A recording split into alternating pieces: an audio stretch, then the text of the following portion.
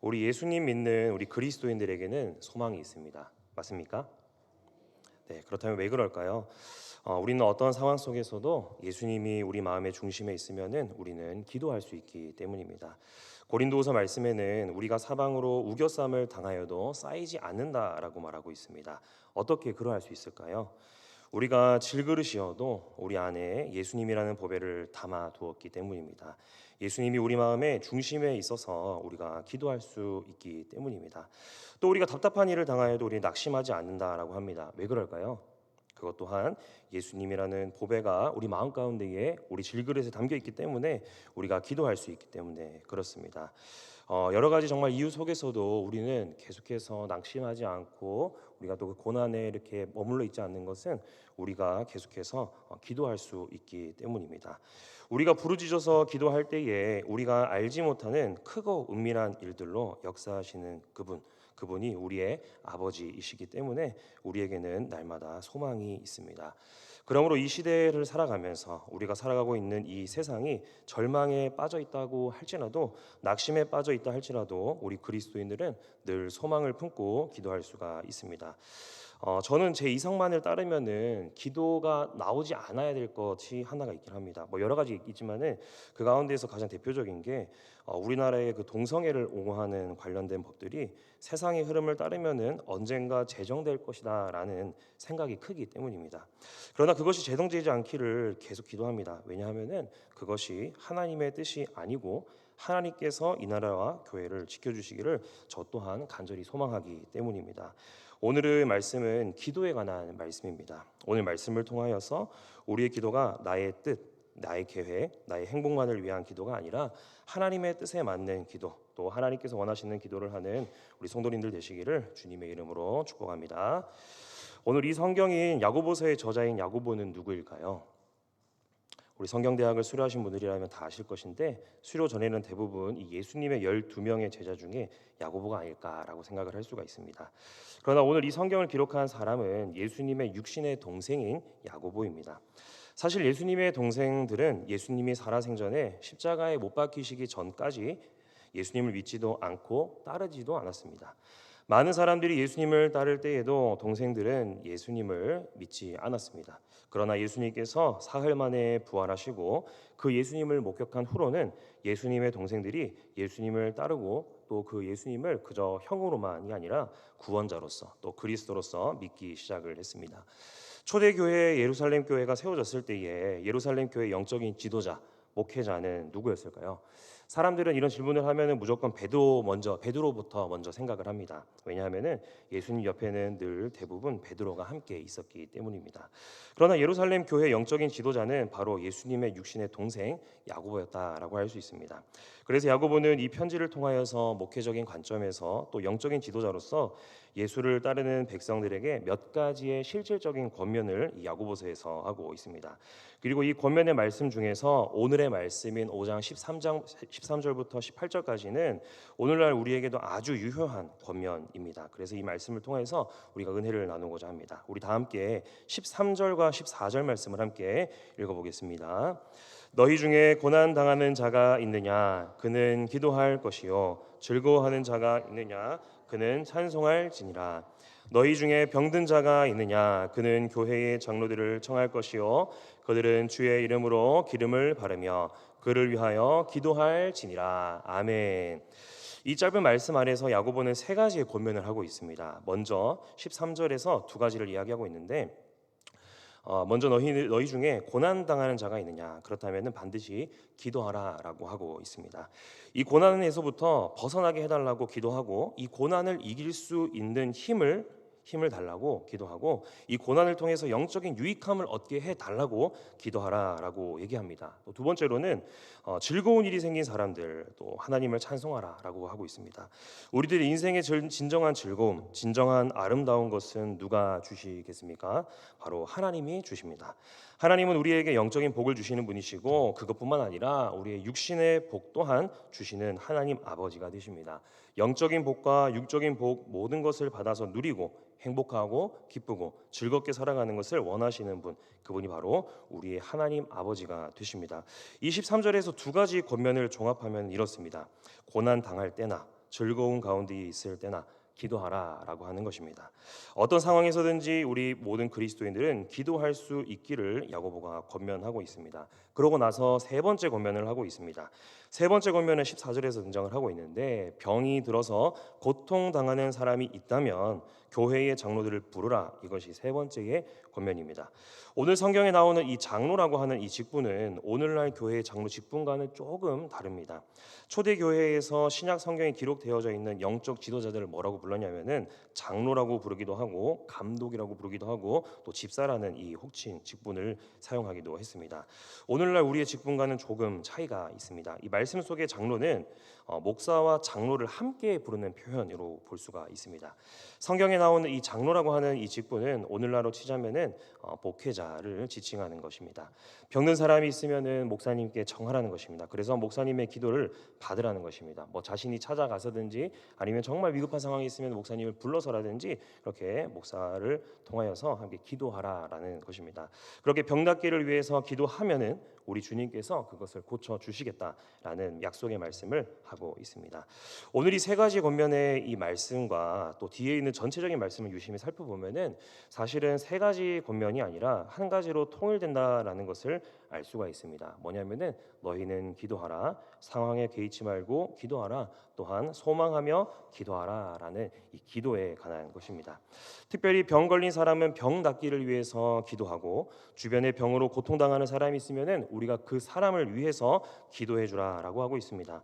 목회자와 특히 또 직분 맡은 자들은 그들을 위해서 병 낫기를 간절히 더욱 힘써 간구해야 합니다. 이것이 오늘 야고보 사도가 우리에게 주는 권면이다라고 볼 수 있습니다. 그러면서 기도해야 할 근거와 이 기도해야 될 이유에 대해서 말씀을 하고 있습니다. 야고보 사도가 계속해서 기도하라라고 하는 이 권면하는 이유는 그 근거가 무엇이냐면은 우리의 기도에는 역사하는 힘이 크기 때문입니다. 그러기에 기도하면 병 고침 받을 수 있다라는 것입니다. 여기에 추가적인 내용도 덧붙이고 있습니다. 하나님께서는 기도하라 그러면 병을 고쳐주겠다 말씀하시면서 또 한 가지 권면하는 것이 있습니다. 죄를 사함 받기 위해서 회개의 기도를 하라. 지금 병 고침 받는 이 내용에 대해서 말씀을 하시면서 죄를 회개하라라는 이 말씀 또한 하고 계십니다. 이 두 가지가 서로 연관성이 있다라는 것입니다. 쉽게 말하자면은 우리가 이 땅을 살아가면서 걸리는 모든 병이 다 죄로부터 온 것은 아니지만, 그러나 우리들이 고통당하고 아파하는 질병 가운데에 때로는 나의 죄의 문제 때문에 시작된 병이 있다라는 그러한 얘기입니다. 그러니까 병 낫기를 바라며 기도할 때에 그것 병 낫기만을 위해서 기도하는 것 아니라 죄 사함 받기 위해서 회개 기도 또한 드려라. 이것이 야고보의 추가적인 권면입니다. 우리 함께 야고보서 5장 15절과 16절 말씀을 한번 읽어보겠습니다. 믿음의 기도는 병든 자를 구원하리니 주께서 그를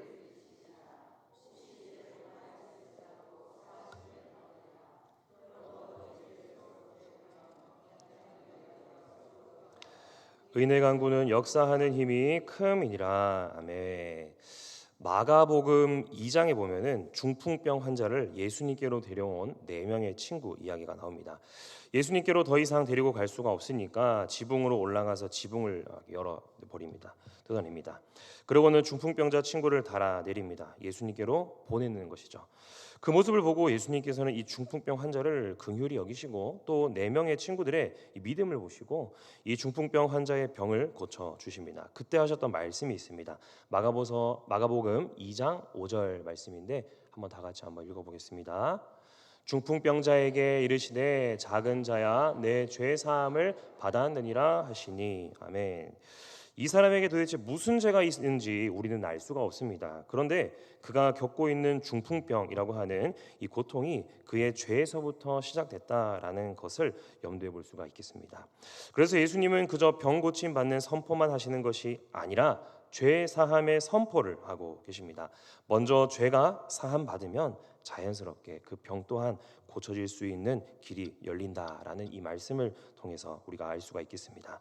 그러므로 오늘 저와 여러분이 우리 주님 앞에 우리는 기도해야만 합니다.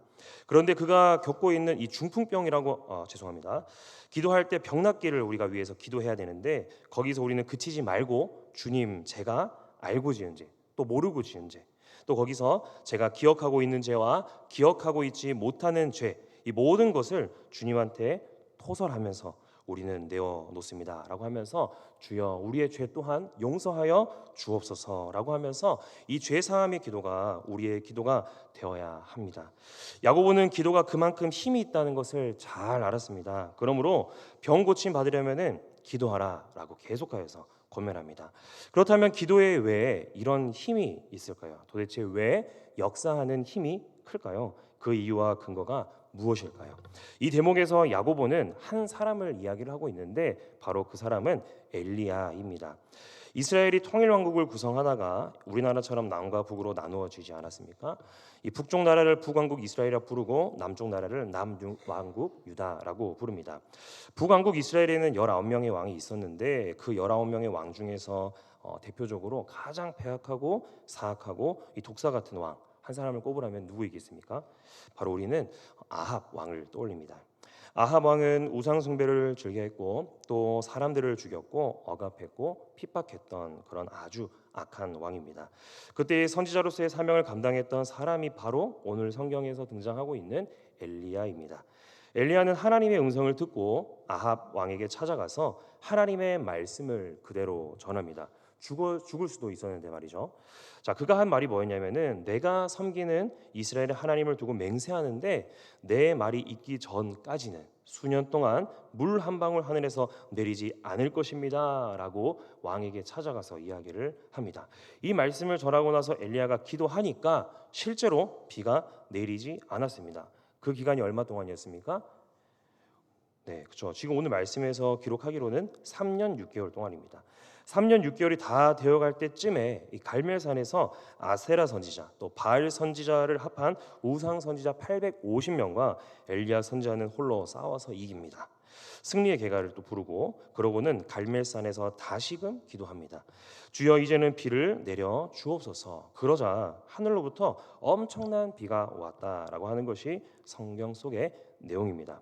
비를 그치게 해달라고 엘리야가 기도했더니 그 기도가 응답됐습니다. 또 비가 내리기를 원합니다라고 기도했더니 비가 내렸다는 것입니다. 왜 그럴까요? 엘리야라고 하는 사람이 특별한 사람이어서일까요? 아니면은 그가 대단한 사람이어서일까요? 아니면은 어마어마하게 아주 대단하고 큰 사람이어서이었을까요? 그런 것이 절대 아니라고 이 5장 17절 말씀에서 이야기를 하고 있습니다. 오늘 성경은 그 이유에 대해서 명확하게 이야기하고 있는데 우리 한번 5장 17절 말씀을 함께 읽어보겠습니다.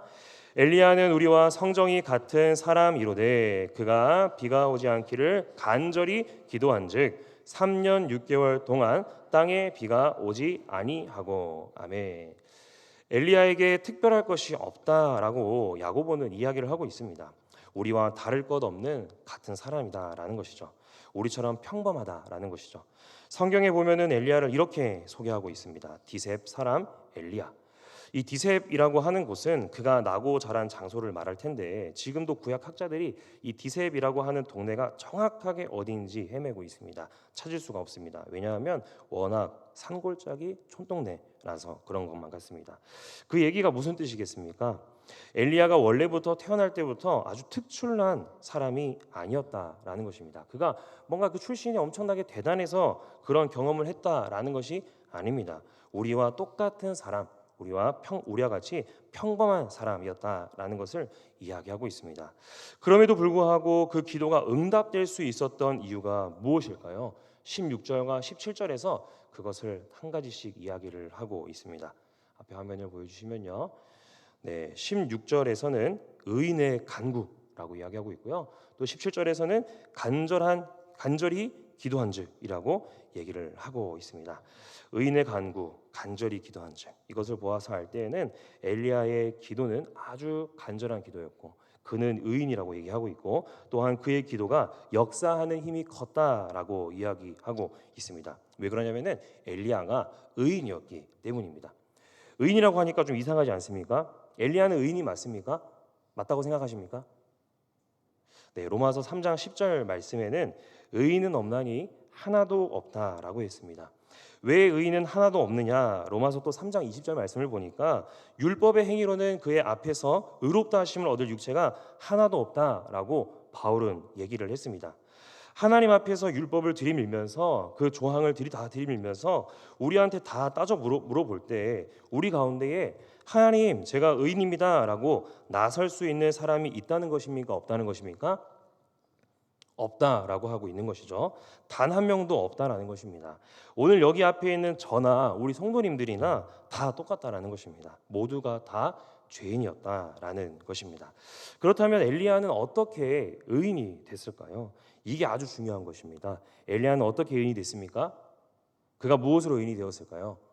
제가 로마서를 이렇게 얘기하고 있었는데, 그는 엘리야는 믿음으로 의인이 됐습니다. 하나님의 은혜로 말미암아 그는 의인이 됐습니다.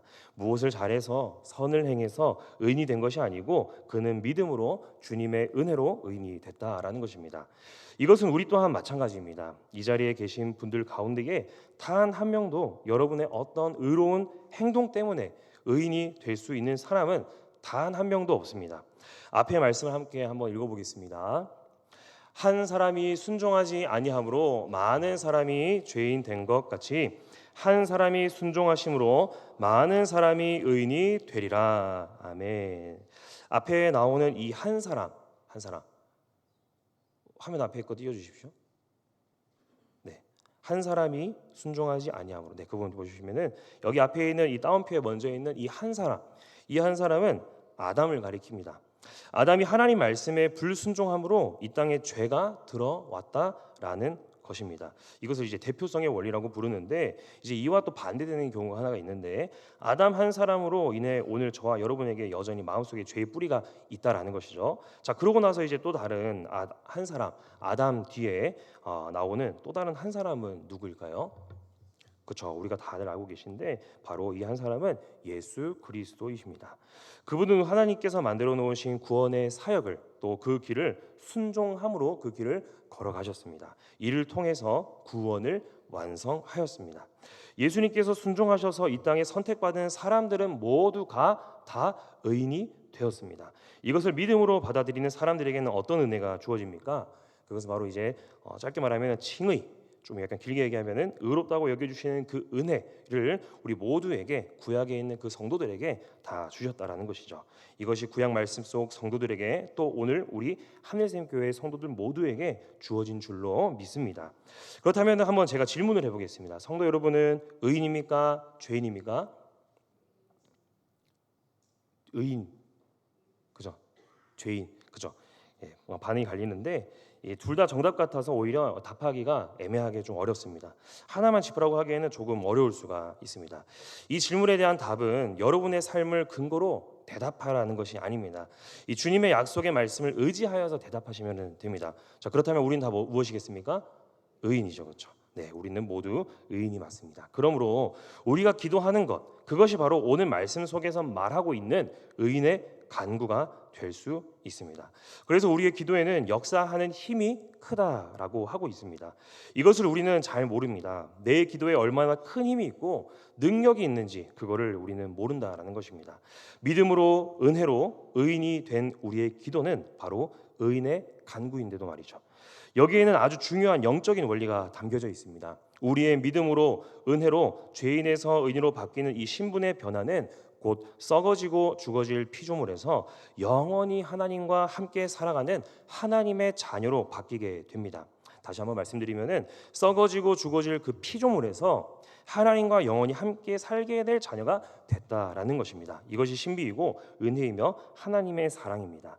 하나님은 모든 믿는 자의 또 우리의 아버지가 되시고 우리는 그분의 자녀가 됩니다. 그러니 자녀된 우리가 기도할 때에 아버지 되시는 그 하나님이 그 기도를 그냥 한 귀로 흘려보내지 않습니다. 우리의 기도에 관심 가지시고 또 주의 깊게 들으시고 기억하시고 응답해 주시는 분이 바로 우리의 하나님 아버지이십니다. 우리는 믿음으로 은혜로 의인된 것뿐만 아니고 믿음으로 은혜로 하나님의 자녀가 되었습니다. 우리 하나님은 아버지가 되시기 때문에 자녀인 우리들의 기도를 절대로 가볍게 여기지 않습니다. 우리가 그만큼 귀하기 때문에 우리의 기도 또한 그만큼 귀할 수밖에 없습니다. 우리의 기도가 힘이 있는 것은 우리가 의인이기에 곧 하나님의 자녀라는 이 엄청난 신분의 변화가 있기 때문에 가능한 것입니다. 그리고 또 다른 이유가 있습니다. 하나님께서 우리에게 무언가 주신 게 있습니다. 그게 엄청난 힘을 가지고 있습니다. 엄청난 권세와 능력이 그 속에 있습니다. 14절을 보시면은 그 답이 있는데 무엇일까요? 바로 이 화면 앞에 있는 것처럼 주의 이름으로라고 말하고 있습니다. 우리에게 무엇을 주셨다고 합니까? 주의 이름을 주셨습니다. 예수님의 이름을 우리에게 주셨습니다. 그 이름을 우리에게 맡겨 주셨습니다. 그래서 우리는 예수님의 이름으로 기도할 수 있고 우리의 기도에는 그것 때문에 힘이 있습니다. 그런데 이걸 우리 중에 모르는 사람이 너무나도 많습니다. 앞서서도 보았지만은 병든 사람들은 목사들을 찾아가든지 초청해서든지 기도를 요청해야 합니다. 그렇다면 목사님들은 어떻게 하라는 것입니까? 14절은 당시 문화를 따라서 말하기를 기름을 바르며 기도해 주라라고 합니다. 그런데 이 기름을 바르는 것에 능력이 있을까요? 아니면은 기도해 주는 목사들에게 능력이 있을까요? 둘 다 아닙니다. 어디에 능력이 있냐면은 기도하는 자가 외치는 그 주의 이름에 능력이 있습니다. 주의 이름에 능력이 있기 때문에 주의 이름으로 기름을 바르고 주의 이름으로 기도하라는 겁니다. 그 이름의 능력으로 인하여서 고침받게 될 것에 대해서 말씀하고 있습니다. 자, 그러면 우리가 들은 대로 우리는 어떤 존재입니까? 주님의 은혜로 우리는 의인이 되었고 또 모든 것을 구할 수 있는 하나님의 자녀가 되었습니다. 그리고 그것을 구할 때 유일하게 필요한 예수님의 이름을 받은 존재가 우리 인간, 우리 의인들입니다. 그러므로 그 이름으로 우리가 기도할 때에 우리의 간절한 기도가 힘이 있는 줄 믿습니다. 사도행전 3장에 보면은 베드로와 요한이 제9시 정해진 기도 시간에 성전으로 올라갔다라는 말씀이 있습니다. 우리식으로 이 제9시를 따지면은 오후 3시가 됩니다. 오후 3시에 그들은 이 성전으로 올라갔습니다. 그 시간에는 항상 성전에 올라가서 그들이 기도하겠다라고 약속을 했습니다.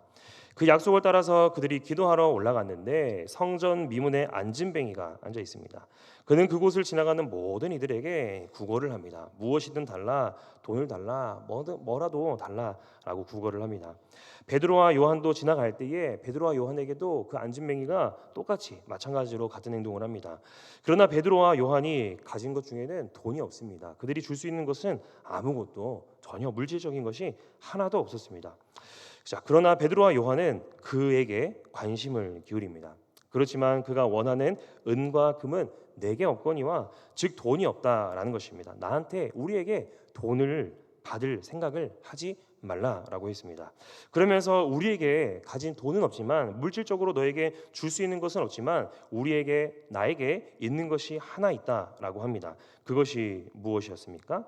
바로 나사렛 예수 그리스도의 이름이었습니다. 즉시 나사렛 예수 그리스도의 이름으로 일어나 걸으라고 하니까 그 안진뱅이가 일어나서 뛰기도 하고 걷기도 하고 또 이어서 성전으로 들어가서 그가 하나님을 찬양했다라는 말씀이 있습니다. 제가 이제 한 가지 이야기를 또 이제 소개를 하고 말씀을 맺도록 할 텐데요. 한 대학 교수에 대한 이야기인데 이 교수는 좋은 가문 출신에서 어릴 때부터 늘 정교권 안에 들 정도로 머리가 비상하게 좋아서 인류 대학을 나온 인재였습니다. 기업체를 운영하는 훌륭한 남편을 만나서 결혼한 이후에도 부유한 인생을 계속해서 살아왔습니다. 어릴 때부터 교회에 다니긴 했지만은 절박한 심정을 가져본 적 없는 그에게 교회는 그야말로 취미 여가 활동 정도였습니다. 그런데 하나밖에 없는 딸 아이가 갑자기 좀 몸을 심하게 앓기 시작했습니다. 괜찮아질 줄 알았던 병이 점점 악화돼서 여러 큰 병원에 데려가도 병명조차 제대로 알지 못했습니다. 아이의 생명줄이 끊어지는 걸 보면서도 그녀는 속수무책이었습니다. 이때 이 연인은 깨달은 게 있습니다. 인생에는 내 마음대로 되지 않는 것도 있다라는 그 한 가지 사실 말입니다. 사랑하는 딸아이의 생명을 건질 수 없는 이 돈도 박사학위도 아무 가치가 없어졌습니다. 이때부터 하나님 앞에 엎드려서 간절하게 기도하면서 회개하였다라고 합니다. 하나님 없이도 살 수 있다고 생각했던 교만을 용서해달라라고 기도했습니다. 기도가 즉시 이루어지면은 좋았겠지만 이렇게 몇 개월이 지나갔습니다. 몇 개월간 기도하는 중에서 교회에서 이 소문이 퍼지게 되고 어느 한 권사님이 한 분이 이 가정의 안타까운 소식을 듣고 기도해 주러 오셨습니다. 우리가 흔히 아는 치유, 신유의 은사를 갖고 있어서가 아니라 단지 딱한 사정에 공감하고 위로하기 위해서 갔다라고 합니다. 이 권사님은 머리에 손을 얹고 기도하고 자기가 이제 살던 대로 다시 돌아갔습니다. 그런데 그 일 있고부터 이 자녀가 회복되기 시작했습니다. 병을 앓으며 죽음을 기다리던 아이가 살아났습니다. 그래서 그 후 이 교수님은 마음을 내려놓고 주님을 따르며 하나님만을 증거하는 종으로 변화됐다라고 합니다. 이 이야기를 읽으면서 들으면서 이런 생각을 해보았습니다. 우리에게는 지성도 필요하고 돈도 필요합니다. 하지만 그리스도 안에 있지 않으면 아무리 우리가 애쓰고 많은 것을 소유하더라도 생명의 자리에 이를 수가 없고 하나님의 음성을 들을 수가 없습니다. 왜냐하면 오직 참된 이 생명은 오직 그리스도 한 분에게만 있기 때문입니다. 신앙생활하면 기도하라는 말을 수도 없이 듣고 기도가 꼭 해야만 하는 의무적이라는 것 정도는 우리 모든 성도들이 새가족들도 그것을 압니다. 그러나 우리의 기도를 한번 생각해 보면은 은근 기도가 어려울 때는 언제냐면은 내가 고난 중에 있을 때가 아니라 내 환경이 편해져 있을 때, 즐거울 때이고, 기도가 더 잘 될 때는 오히려 내가 고통 가운데에 고난 가운데에 있을 때입니다. 그러나 야고보는 분명하게 이 13절에서 말씀하였죠. 내 상황에 매이지 않고 어느 상황이나 기도하라라고 합니다. 또 모든 구원받은 성도이자 의인들은 하나님의 자녀되는 권세와 주님의 이름을 소유하고 있으니까 간절히 기도할 때 반드시 응답된다라는 것을 말하였습니다. 우리에게 치유의 은사, 회복의 은사가 없을지언정 걱정할 게 없습니다. 가장 큰 능력이신 예수 그리스도, 그분이 우리와 늘 함께 하시고 우리의 기도에 늘 귀를 기울이고 계시기 때문입니다. 그러므로 사랑하는 성도 여러분, 도움이 필요할 때만 아니라 내가 가장 풍족하고 즐거울 때 꾸준히 기도하시기를 바랍니다. 그리고 주변에 있는 성도와 주변에 있는 이웃들을 돌아보면서 그들을 위해서도 하나님께 간절하게 기도할 수 있는 성도님들 되시기를 바랍니다. 그때에 우리의 기도가 엘리야의 기도와 같이 역사하는 힘이 큰 기도가 될 수 있기를 주님의 이름으로 축복합니다. 이 시간